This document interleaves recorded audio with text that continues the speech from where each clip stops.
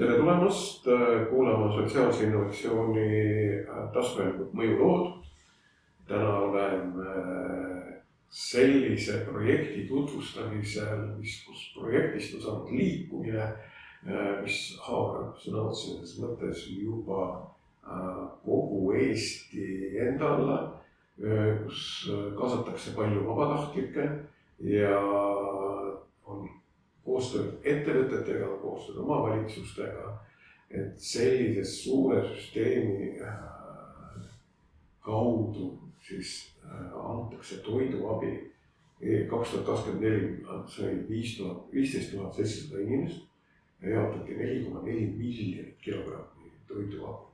Et need numbrid on sellised, et kus mõtlesin, kas siis peab rekkadega vedama või rongiga või kust see tuleb nagu see, aga iga päev teha töö, et siis asjad juhtuvadki. Et mul hea meel tervitada toidupanga juhataja Tiit Põlfin. Tiit Põlfin. Tiit Põlfin, vaat kus näed, et see nimi on küll selline. Kust sa oled pärit, kes sa oled, kuidas sa siia sattusid? Ma olen hollandlane ja ma tuli Eestis 34 aastat tagasi, esimene kord. Siis oli Tartu ja Utrechti ülikoolide vahel niisuguse tudengite vahetus.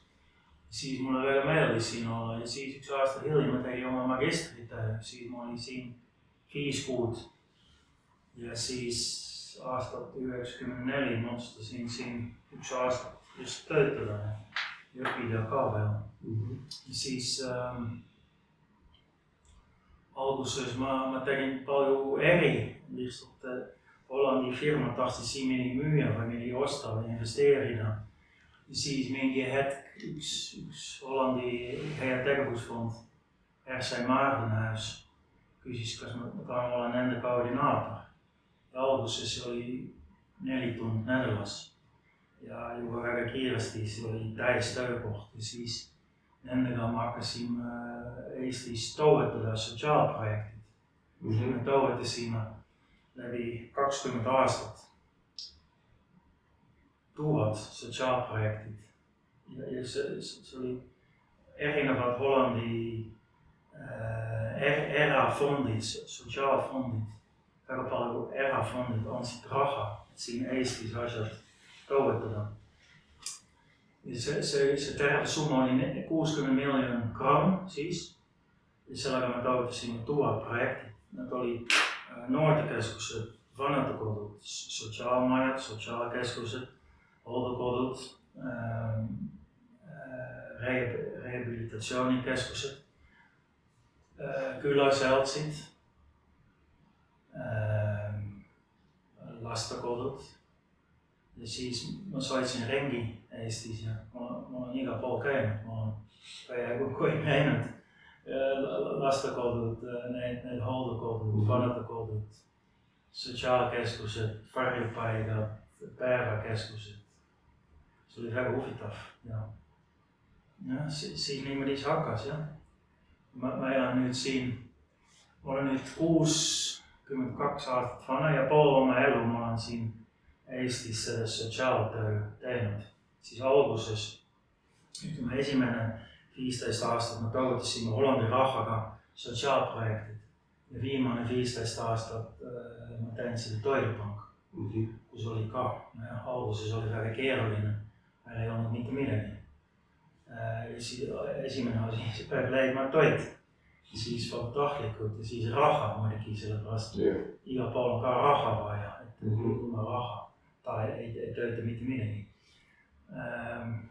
Aga õnneks mul oli palju head sõbrad ja toetajad ja firmad ja organisatsioonid, fondid, ka KÜSK, kes toetasid seda ja tänu kõik see toetus see asi töötab ja töötab päris hästi. Tulnud sinu juurde veel tagasi, et kas midagi 3 eriti huvitavat fakti iseenda kohta? Ma õppisin inimgeograafia, siis Utrechtis ja ka Tartus natuke. Ma olen 62 aastat vana. Mulle väga meeldib Eesti loodus maaelu ja maastik. Esimene 15 aastat ma soetsin väga palju rengirattaga. Ma olen iga pool käinud, just soetsin metsateid ja kruusateid iga pool Eestis ja viimane 10 aastat ma soetan mootorrattaga. Ma olen niisugune väike enduro mootorratta, millega ma soetan läbi neid metsateid ja kruusateid ja mul on väga meeldib vaadata iga pool Eesti moisat ja küllalt ja maastik ja loodus ja mets. Mulle väga meeldib seda. Sul on pere? Mul on elukaaslane ja laps. Laps just sai 15 aastat. Ta on täpselt sama vana kui Toidupank 15 aastat. Ja siis tuli ka Euroopa euroraha 15 aastat tagasi. Ja siis, ja. Palju asju muutus korraga. Väga huvitav. Väga huvitav. Väga äge.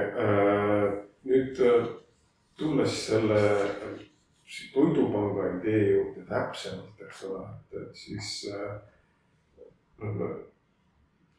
ideed ei sünni tihtipeale strateegiadokumentidest, eks ole, vaid nagu päris vajadusest ja päris elust. Sina ütlesid, et sa oled Eesti elu sotsiaalvaldkonna kuulnud hästi nagu sügavalt näinud ja tunnetanud.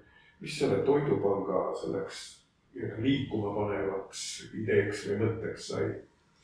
17 aastat tagasi oli Eestis sügav majanduskriis. Ja siis ütleme, täitsa tavalised inimesed või pered oli korraga, nad oli töötu või nende palk oli palju väiksem ja siin neil oli probleemid, sest maksta oma kulud ja rendikulud või hypoteek või pangaleen või ükskõik mis, sellepärast see oli sügav majanduskriis. Ja siin mina mõtlesin, kui Eestis on palju toit, mis õhtule räisku kauplusele ei jõua seda ära müüa. Ja järgmine päev ei ole enam lubatud või ei ole enam võimalik seda müüa, siis miks ei ole siin Eestis ei ole Toidupank, sellepärast 15 aastat tagasi oli Hollandis oli juba, ma ei tea, 50 toidupangad ja Prantsusmaal juba mitusada ja iga pool Eestis oli toidupangad, isegi Leedus oli siis juba olemas. Siin mina küsisin iga pool erinevad tegevusorganisatsioonid, kas te olete huvitatud teha Toidupanka. Ja tegelikult keegi ei olnud huvitatud, sellepärast kõik arvasid, kõik ütlesid, see Eestis see asi ei tööta. Sellepärast firmad ei anna sulle tasuta toid, lihtsalt niisama. Mina mõtlesin, aga kui mujal maailmas, Ameerikas ja Euroopas asi töötab, ma arvan, et see asi Eestis töötab ka. Peab lihtsalt kogu aeg rääkima, seletada, kooskõlastada, koostööd teha ja siis see asi töötab. Muidugi alguses see oli väga raske, aga me näeme, et iga päev või iga aasta see toidukäive kasvab.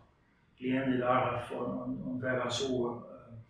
Me saame toetust iga pool, omavalitsused toetavad, äriisikud toetavad, Sotsiaalministeerium, European Social Fund, siis firmad iga pool mingi toetus tuleb. Kõik inimesed saavad aru, et Eestis elu on väga kallis. Kui on niisugune ilm, sul on head riided vaja, küttearv on väga suur, toit on väga kallis. Tegelikult Eesti elu on kallis ja kui sul on väike sissetulek või toimetulek toetus, mis on 200 € või väike pension, siis tegelikult see elu on päris raske, väga kallis. Ja sellepärast väga palju inimesed, kas on üksi käima või kas on suur pere või kas on pensionär, väga palju inimesed on just vaja selle toidu all ja selle me näeme iga päev. Ja kui me anname üks toidupakk, mis on 8 või 12 kilo ja see väärtus võiks olla 20 või 30 või 40 €, siis selle inimene või selle pere hoiab kokku selle raha. Selle rahaga võivad mingi muud teha, et maksta oma küttekulud või lastele mingi reeded või mingi suvelaager või tegevus. Ja sellepärast see toiduabi on väga oluline ja see oli lihtsalt minu idee. mul oli üks Hollandi sõber, kes aitas siis 15-16 aastat tagasi. Ja alguses oli keeruline, aga ütleme juba aasta hiljem kogu aeg tuli rohkem toetus ja kogu aeg tuli meie juurde ka rohkem inimest, kes oli huvitatud kas kuskil Lõuna-Eestis või Ida-Eestis ka teha oma toidupank. Ja praegu meil on 16 toidupangat, ka mingi arvukontorid ja iga nädal 15 000 abisaajad nädalas ja umbes pool nendest me teenindame ise ja ülejäänud on Lasterikaste Perede Liidu, kirikud, sotsiaalmajad, varipaigad, kes jagavad ka meie toidu. Siin on meie süsteem niimoodi. On suur süsteem ja väga palju erinevad organisatsioonid. Ma saangi aru, et see kogu asi algas tegelikult peale sellest, et sa hakkasid koostöö ja partnerlussuhteid looma nendega, kelle juures see toit oli, mis tegelikult. Et kuidas, ma ei tea, kus see julgus, kus see teadmine, et siit uksest saab sisse? Okei, aga kui sa tead, et lihtsalt õhtu palju toit läheb lihtsalt prügikonteineris ja tihti see toit on söögikõlblik. See on ebaeetiline, see on väga halb keskkonnale, sellepärast 1 kilo toit, mis läheb raisku, teeb 2,5 kilo CO2. Siis kui meie saame päästa aastas 4 miljonit kilo toit, see teeb juba 10 miljonit kilo CO2, kui see oleks olnud läinud prügimäele. Ja siis lõpuks palju inimesed saavad seda arvu, et see ei ole jätkusuutlik ja parem otsida mingi teine süsteem, kuidas oleks võimalik päästa seda toit ja kuidas on võimalik leida need abisaajad, kellel on vaja seda toidu abi. Kõigepealt olid kaupluseketid sinu esimeseks partneriteks või toidutootjad hoopis? Ei, ikka kaupluseketid. Alguses oli kohe Pressmaa ja Rimi ja pärast oli teised tuli ka.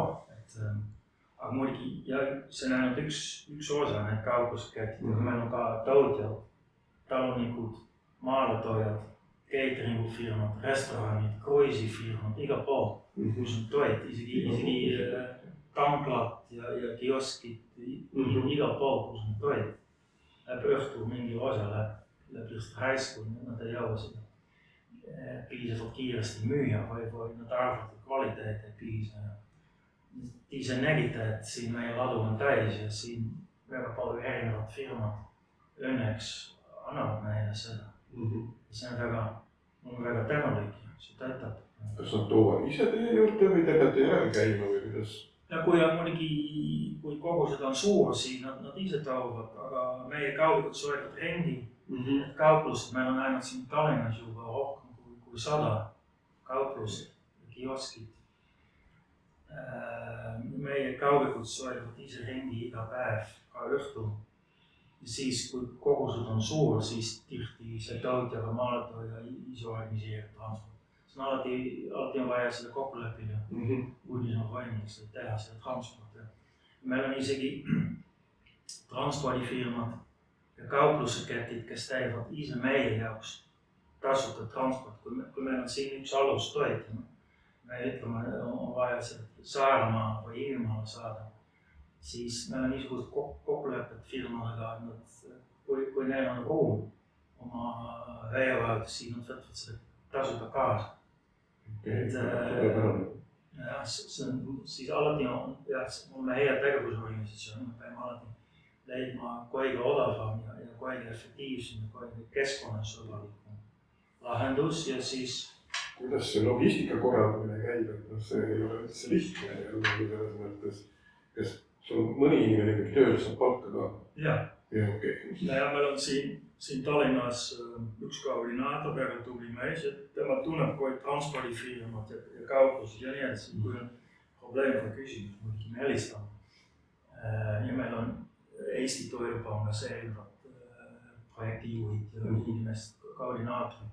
Iga toidupangas on üks koordinaator, kes saab palk Ja need toidupangad, kes on natuke suurem, seal on ka autojuht. Aga põhimõtteliselt, ütleme ka 90% selle töö, mis me teeme, teevad vabatahtlikud. See tähendab transport, sorteerimine, pakkimine, jagada seda toit ja kojuvedu, me teeme ka kojuvedu. Ka Lavka, niisugune buss, mis sõidab ringi igal pool Eestis ja siin Harjumaa, igal pool Harjumaa. Vabatahtlikud teevad seda. Vabatahtlikku ilmselt on sul vabatahtlikke palju vaja tegelikult.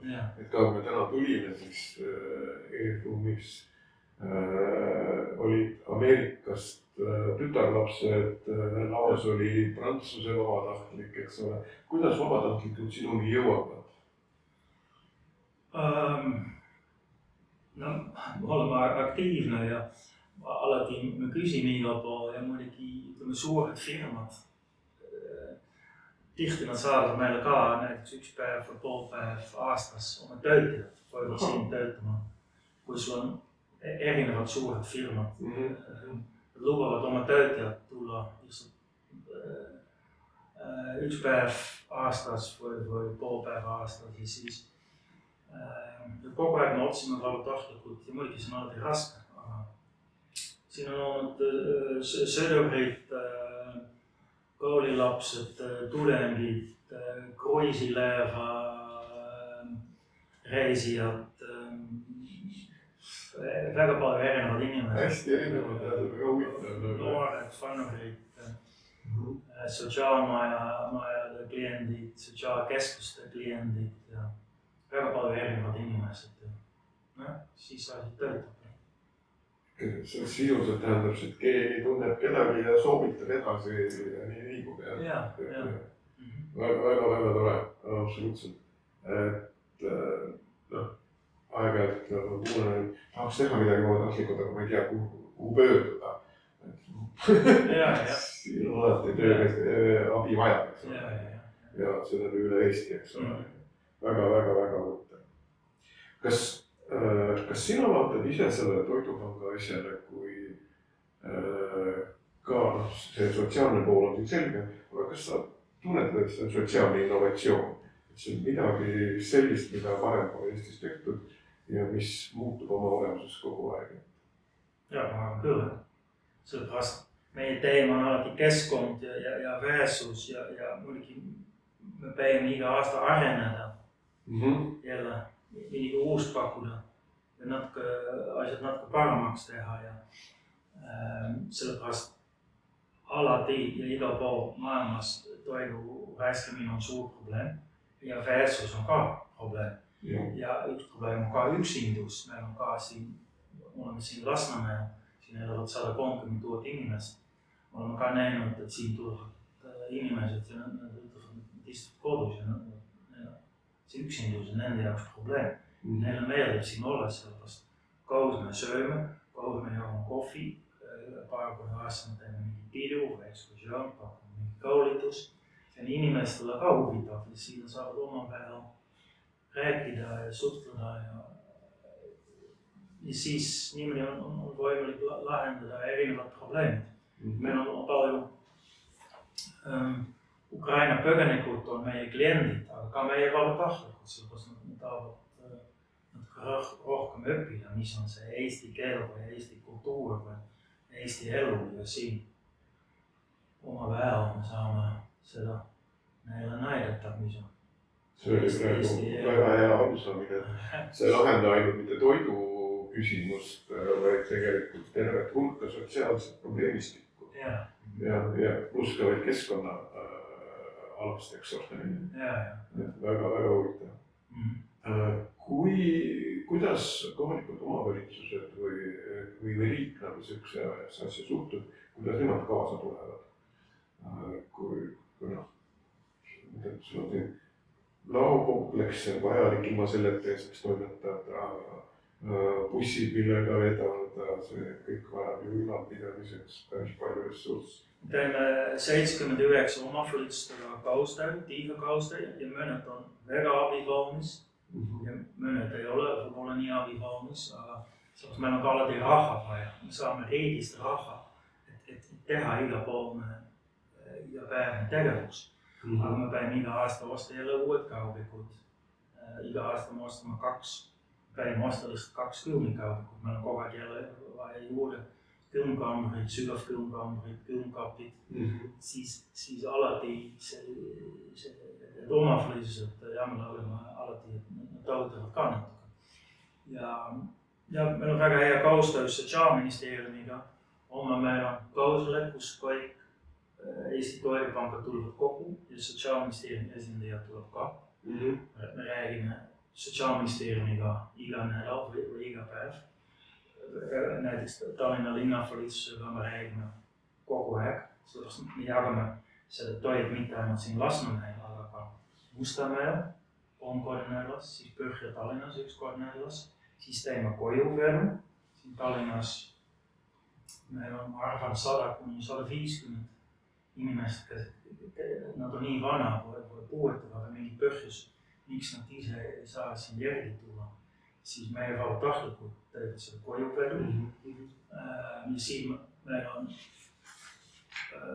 teeme supp kord nädalas, mis me jagame Tallinna Keskturul ja laupäev hommikul koostööd teiste organisatsioonidega.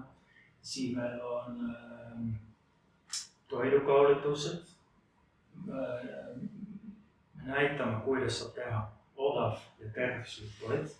Siis sotsiaaltöötajad saadavad meile neid kliendid, kes tahavad seda koolitus siin teha. Ja sul on õppeköök siin. Ja siis meil on ka aktiviseerimisprogramm. Kui sotsiaaltöötajad saadavad meile inimest, kes on juba kaua töötu, siis saavad siin tulla, ma arvan 2 kuud, 3 korda nädalas nad tulevad. Siis saavad siin aidata ja teha erinevad tegevused.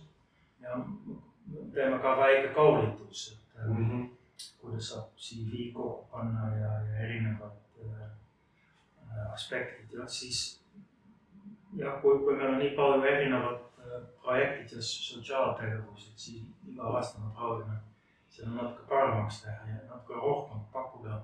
Muidugi me teeme siis palju koostöö omavalitsustega, kes tahavad, et me teeme seda. Just nimelt, eks nemad õpivad jälle ka, et millega veel saab sinu poole pöörduda, eks ole. Kuna sa oled varem teinud neid heategevusprojektide toetamisi ja raha vähendamisi, eks ole. Praegu on see toidupanga projekt pikalt kestnud ja kasvanud. Et kui keegi tahaks alustada mingi projektiga ja mõtleb, et alustamist ma saan aru, aga kuidas tagada jätkusuutlikkus, kuidas tagada see, et 3 aasta pärast või 5 aasta pärast ka see asi käib, kas sul on mingi soovitus, mingi nipp, millal peaks kindlasti silmas pidama sellise jätkusuutlikkuse mõttes, kui juba mingi projektiga tulla välja? Enne peab veel mõtlema, kas see asi on vajalik ja siis meie idee on alati olnud, meil on erinevad tootjad vaja ja meil on partnerid vaja. Meil on 173 heategevusorganisatsioonid, kes on meie partnerid. Meil on 280 kauplust, kes on meie partnerid. Siis on 79 omavalitsused, siis Sotsiaalministeerium, Keskkonnaministeerium, siis erinevad fondid nagu KÜSK ja KIK ja kui sul on üks toetaja, siin on väga raske, aga siin meil on ka eraisikud, kes annavad meile raha. Mõned saavad meile iga kuu, mõned kord aastas. Siis meil on firmad, mõnikord nad annavad meile toit, mõnikord nad annavad meile mingi, ma ei tea, vana mööblid, või mõnikord nad annavad meile raha. Ja siis see asi töötab, kui sul on see terve komplekt olemas, siis on jätkusuutlik, kui sul on ainult üks toetaja, siis on väga ohtlik, aga see peab alati, jah. Koostööpartnerid peab olema piisavalt, et edasi jõuda, eks ole.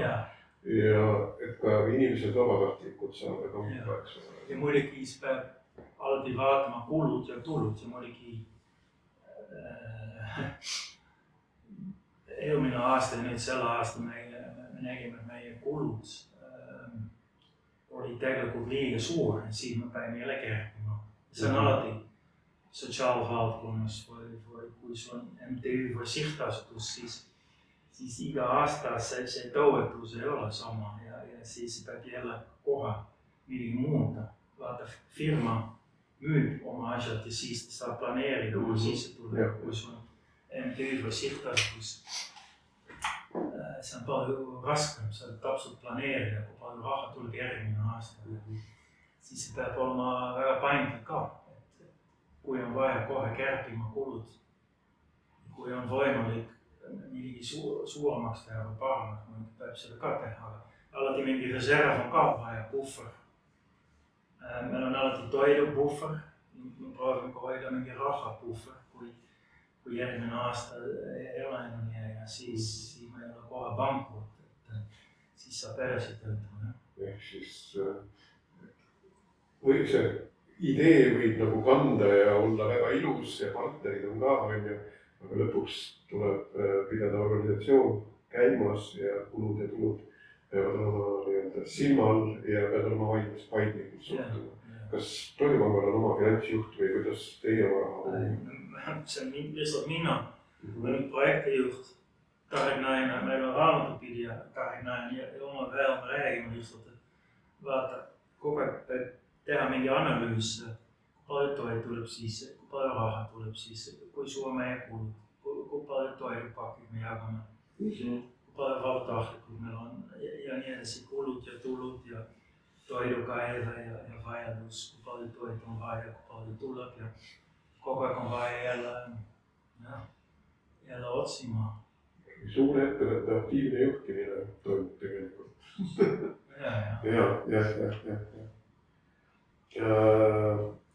Selle Toidupanga nagu mõttes, kas sul on nägemus, et sa saab Eestis veel areneda, veel suuremaks muutuda või teenused veel sügavamaks kuidagi, mis sul nagu Toidupanga tuleviku pildi osas on, mis nägemus? Ma arvan, et tegelikult oleks võimalik veel rohkem see toit päästa, sellepärast tegelikult see toit on rohkem, mis läheb raisku. Kui praegu on võimalik päästa kõik sellest, mis läheb raisku, ma ei tea, 20%. Ma arvan, 100% ei ole võimalik, aga oleks juba hea, kui 30% või 40% oleks võimalik päästa seda. Siin saame rohkem toidupakid teha ja rohkem inimesed toetada. Ja alati saab asjad paremini teha ja professionaalsem ja aga ma arvan, praegu on päris hea see tasakaal. Ja kui me vaatame Eestis elavad 1,3 miljon inimest ja meie kliendide arv on nädalas 15 000, siis see on juba 1,2–1,3% Eesti elanikust. See on juba päris suur. Aga muidugi rohkem toit võiks tulla rohkem raha ka, võib-olla rohkem vabatahtlikult ka. Nii palju korrusain viimane üks, et vaesuspiirist allpool elab 3,5% inimestest, eks ole, et 15 000 ütleb, et terve suur hulk nendest on ilmselt juba mingisugust abi saamas läbi Toidupanga. Väga huvitav. Kui ma küsin nüüd natuke veel laiemalt, eks ole, meie oleme sotsiaalse innovatsiooni podcast ja meie vaatajad ja kuulajad on põhiliselt sotsiaalse innovatsiooni huvilised erinevatel elualadel. Kuidas sina näed 10 aasta pärast Eestis, kas sotsiaalne innovatsioon on saanud hoogu, mis siin toimub sellel maastul? Muidugi alati on vaja plaanid ja raha, aga ma arvan, kui inimesed tahavad teha koostöö ja neil on head ideed, siis alati võib midagi teha. Ma arvan, probleem on, kui me näeme, et Tallinnas ja Tartus või Pärnus elanikud arv kasvab, siis mujal Eestis iga aasta on vähem need inimesed ja sellepärast on juba raske lõpuks väga palju teenused just kinni maksta, ükskõik, kas see on ühistransport, kas see on kool, kas see on haigla või see on muidugi suur probleem, aga ma arvan just selles valdkonnas oleks ka võimalik rohkem niisugused sotsiaalsed innovatiivsed teenused pakkuda, näiteks ühistransport. Näiteks Hollandis on, kui on mingi piirkond, kus inimesed on nii vähe, siis vabatahtlikud ise korraldavad ühistransport. Omavalitsus maksab buss kinni ja kütus, aga vabatahtlikud sõidavad. Siis lõpuks saab pakkuda niimoodi, et maainimestele või vanuritele saab lihtsalt helistada. See on nagu takso ja vabatahtlikud tulevad ja teevad seda töö, aga muidugi siin on väga palju asjad, mis tegelikult saab teha vabatahtlikult. Siin on ka vaja, et inimestel on rohkem vaba aeg, et seda tööd teha tahtlikuna ja siis ma arvan, Eestis on palju need külasealtsid ja ma arvan, seal on ka palju häid ideed, mis on teha oma külas. Mine ise elan külas, kus on inimesed koos ostsid vana kauplus ja hakkasid seda kauplus ise organiseerima. Töötab väga hästi. Iga osanik maksid mingi summa raha. Ise ostsime seda vana kauplus. Ise hakkasin teha remont. Ja töötab mitte terve aasta, 4 kuud aastas. Töötab väga hästi teinud kasum. Ma organiseerin palju erinevad tegevused, kontsert ka, et siis inimene teenib oma raha ja see asi töötab. Väga hea, kogukond saab teenindatud, kõigil on parem ja mugav. See on väga hea mõttekäik, et terve hulk teenuseid, mis praegu on kas omavalitsuste käes või ettevõtete käes, need võivad vabalt mingisse sotsiaalse innovatsiooni lahendusega saada lahendatud 10 aasta pärast. Ja tegelikult tuleb sinna poole juba praegu mõtlema. Sellepärast ma arvan lõpuks, riigil ei ole palju ressurssid ja omavalitsused ka. Et igal pool Eestis kõik probleemid lahendada ja sellepärast on vaja just MTÜ-d ja sihtasutused ja inimesed, kes ise hakkavad midagi teha ja muidugi. Ma arvan, siin on võimalik palju teha. Ka vanuritele, ma tean, et maal elavad väga palju vanurid, nad on üksi, kui on palju lund ja õues on külm, siin on päris raske, aga siin oleks palju rohkem vaja teenuseid pakkuda. Ma arvan, sotsiaaltöötajad üksi ei jõua ka pakkuda neid seda abi, mis oleks vaja. Ma arvan, see oleks sotsiaalne innovatsioon. Ja ma arvan, et need MTÜ-d on olemas Eestis, kes pakuvad niisugune teenus ja see töötab. Ma arvan küll, et külaseltsid ja meelega, kui nad ühe saabu veel astuvad, võivad ka nende asju teha. Kui lihtsalt ühe üleskutse mõttes, et kui keegi meie vaatajatest mõtleb, et tahaks ka vabatahtlikuna midagi panustada, siis toidupanka või alati pöörduda. Eriti meil on kaubikujuhid vaja. Sellepärast meil on palju kaubikud, meil ei ole nii palju raha, et maksta kaubikujuhi palkinni ja nagu ma ütlesin, meil on Eestis 280 kauplust ja põhimõtteliselt me peame iga päev, iga kauplust lihtsalt järgima. Siin meil on väga palju vabatahtlikud vaja, kes oskavad kaubikuga sõita ja vastu võtta seda tööd. Aitäh sulle, et see oli äärmiselt huvitav jutt ja täiesti uskumatud mahud, mida te suudate siin teenindada ja teete. Mul on hea meel, et sul on veel visiooni, kuidas veel parem saab olla, eks ole.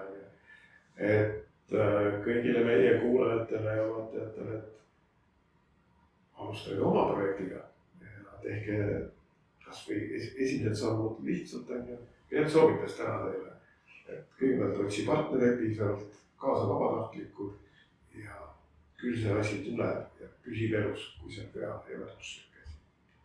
Et siis aitäh teile ja kuulake meid ja vaadake jälle.